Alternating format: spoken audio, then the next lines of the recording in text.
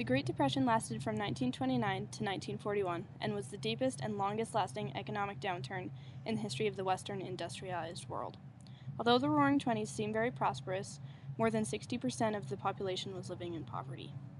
The U.S. stock market continued to expand throughout the 1920s, and that massive expansion created unstable conditions along with an unequal distribution of wealth. The stock market reached its peak in October of 1929, and then October 29, 1929, it finally crashed. Stock prices plummeted to an all-time low, which wiped out millions of investors. This day has lived in infamy and is known as Black Tuesday. Because of the stock market crash, consumer confidence was weakened, which then led to a downturn in spending. Investments decreased, leading to low production rates and caused many businesses to slow tremendously. In 1929, the average unemployment rate was 3.2%. In 1933, the unemployment rate grew to a whopping 24.9%. However, for those who were lucky enough to remain employed, wages decreased, decimating buying power, in turn causing many Americans to buy with credit, forcing them into tremendous debt.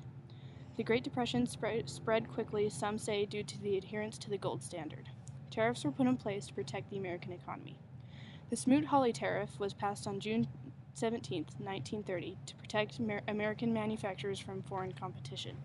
This did little to the American economy but plunged Europe into further crisis. President Herbert Hoover decided that the Depression would run its course and did little to improve the economy. However, the next president, Franklin Delano Roosevelt, implemented many programs whose purpose was to restore the American economy. These programs were known as the New Deal. After the New Deal was implemented, the economy and unemployment rate improved over the next few years. There was a slight spike in unemployment in 1938, but then it began to slowly improve again. In 1941, the economy had improved slightly, but conditions were still poor. The Japanese bombing of Pearl Harbor pulled the United States into World War II, which in turn pulled the United States out of the Depression.